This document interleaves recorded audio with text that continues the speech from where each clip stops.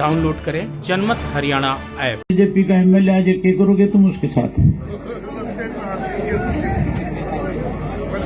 तुम एक काम करियो, ये जो पोल है ना बड़े बड़े लगे हुए, नंगा करके इसका बांध दियो।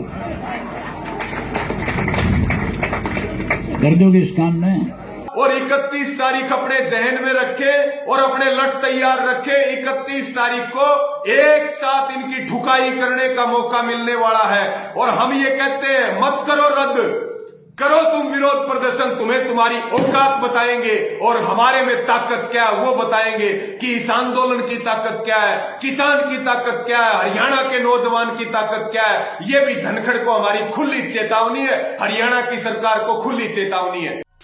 ऐसा लगता है कि प्रदेश या दिल्ली के अलग अलग बॉर्डर्स पर चल रहे किसानों के आंदोलन के बहाने अब असामाजिक तत्व हावी हो रहे हैं। उन्होंने अराजकता की सभी हदों को पार कर लिया है। इस साल 26 जनवरी के दिन जिस तरह से इन किसान आंदोलनकारियों ने देश को शर्मसार किया, उसे भी देश ने नजरअंदाज कर दिया।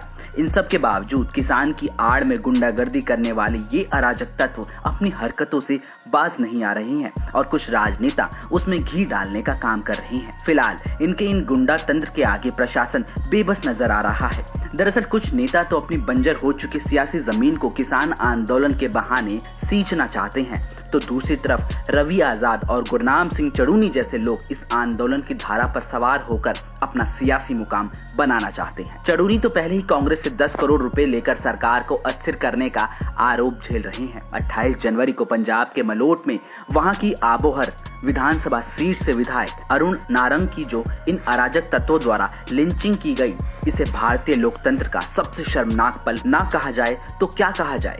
आप खुद देख सकते हैं कि कैसे किसानों के नाम पर जमा हुई ये भीड़ विधायक की लिंचिंग कर रही है। जो सलूक जनता के चुने हुए प्रतिनिधि के साथ किसानों के भेष में इन गुंडों ने किया, ऐसा देश में पहले कभी नहीं हुआ। 10 जनवरी को घरौंडा के कैमला गांव में सीएम मनोहर लाल का प्रोग्राम नहीं होने दिया गया। उनके मंच को तहस नहस कर दिया गया, हेलीपैड उखाड़ दिया गया। 29 मार्च को होली के दिन सिरसा स्थित डिप्टी सीएम दुष्यंत चौटाला के आवास पर इन तत्वों ने फिर से विरोध के नाम पर गुंडागर्दी की सभी सीमाओं को लांघ दिया। अब सबसे बड़ा सवाल ये है कि क्या किसानों के नाम पर खुलेआम गुंडागर्दी करने की इजाजत है? क्या प्रदेश में कानून का नहीं ऐसे अराजक तत्वों का राज है? जनता की तरफ से चुने गए विधायकों और सांसदों को अपना काम ना करने देना, क्षेत्र में ना घुसने देना, विरोध के नाम पर काले झंडे दिखाना, उनके कार्यक्रम में खलल डालना या फिर कार्यक्रम ही ना होने देना, क्या प्रदेश में अराजक तत्व जो चाहेंगे वही होगा? क्या सिर्फ इन गुंडों के पास ही सभी विरोध करने का अधिकार है? चुने हुए प्रतिनिधियों के पास कोई अधिकार नहीं है?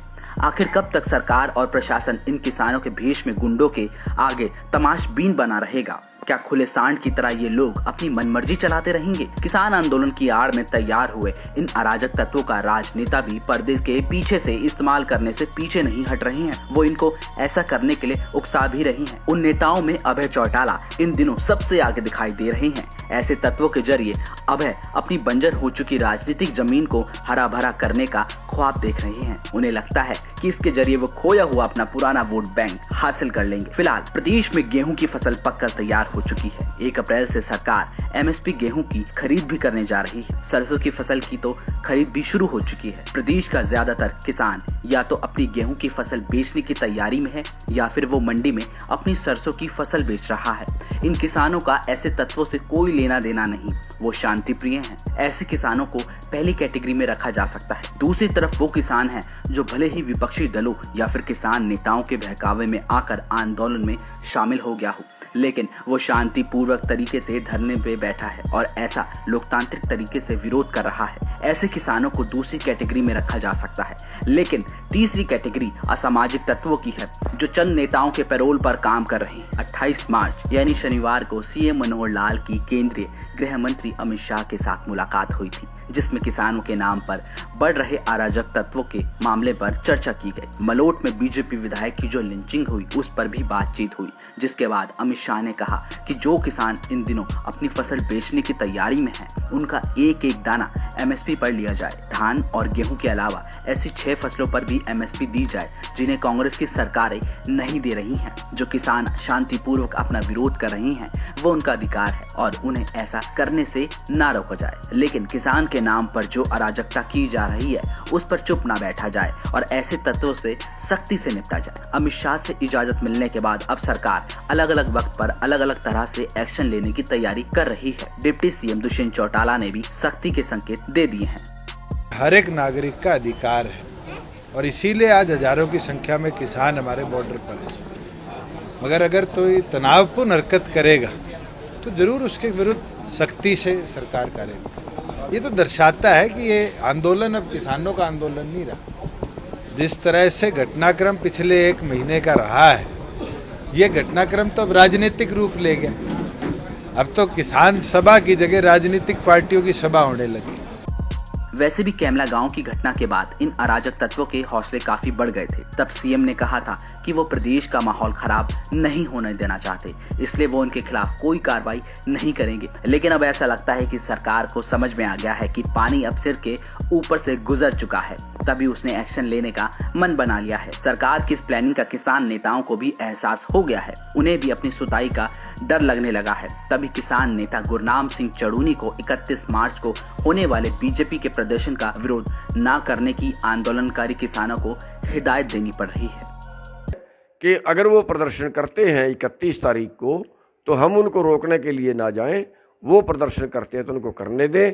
हमारे जिस भी भाई ने ये वीडियो पाई है उसने क्या सोच के पाई है ये तो नहीं पता, लेकिन हमारी तरफ से ये बिल्कुल साफ दिशा निर्देश हैं कि जहां भी बीजेपी के लोग 31 तारीख को प्रदर्शन करते हैं तो हमारा कोई आदमी उनको रोकने के लिए या वहाँ डंडे लेके या वहाँ उनको मार पिटाई हमारा कोई आदमी उनसे नहीं करेगा। सरकार के मंत्री अराजक तत्वों पर सख्ती की बात तो कर रहे हैं, लेकिन सबसे बड़ा सवाल यही है कि वो ऐसा कब करेगी। लेकिन अगर सरकार कार्रवाई करने से पीछे हटती है तो यही कहा जाएगा कि ऐसे लोकतंत्र से तो तानाशाही ही बेहतर विकल्प है। उम्मीद की जानी चाहिए कि सरकार अपनी बात पर खरा उतरेगी और असामाजिक तत्वों के खिलाफ सख्त से सख्त कार्रवाई करते हुए बड़ा उदाहरण पेश करेगी। ब्यूरो रिपोर्ट, जनमत हरियाणा। राजनीति के आगे, राजनीति के पीछे, हर हलचल को जानने के लिए हमारे YouTube चैनल जनमत हरियाणा को लाइक करें, सब्सक्राइब करें और अपडेट रहने के लिए बेल आइकन दबाना ना भूलें। देखते रहें जनमत हरियाणा, सच के अलावा कुछ भी नहीं।